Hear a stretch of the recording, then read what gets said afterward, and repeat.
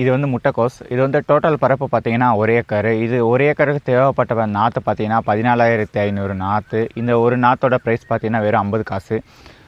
இப்போ வந்து கரெக்டாக 2 மாதம் ஆகிட்டுருக்கு. ஏன்னா வந்து நாங்கள் வந்து இந்த முட்டைக்கோஸ் நெட்டு பார்த்திங்கன்னா ஒரு 1 மந்த் கழித்து பயங்கரமான ஒரு மழை, இல்லை ஆலங்கட்டியோட மழை. ஏன்னா இந்த ஆலங்கட்டி பெஞ்சால் பார்த்திங்கன்னா எந்த ஒரு கிராப்பையுமே பார்த்திங்கன்னா டேமேஜ் ஆகிரும். பாருங்களேன் எவ்வளோ டேமேஜ் ஆகிருக்கு.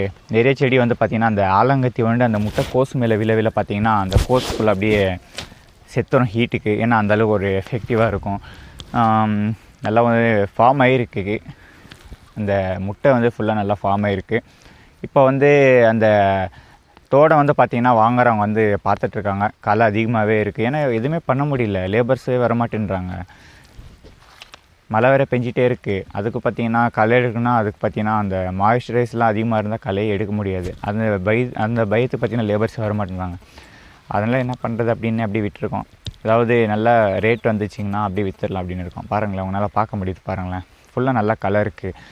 களையே அப்படின்றத விட பார்த்திங்களேன் எவ்வளோ டேமேஜ் ஆகிருக்குன்னு நீங்கள் பாருங்களேன்.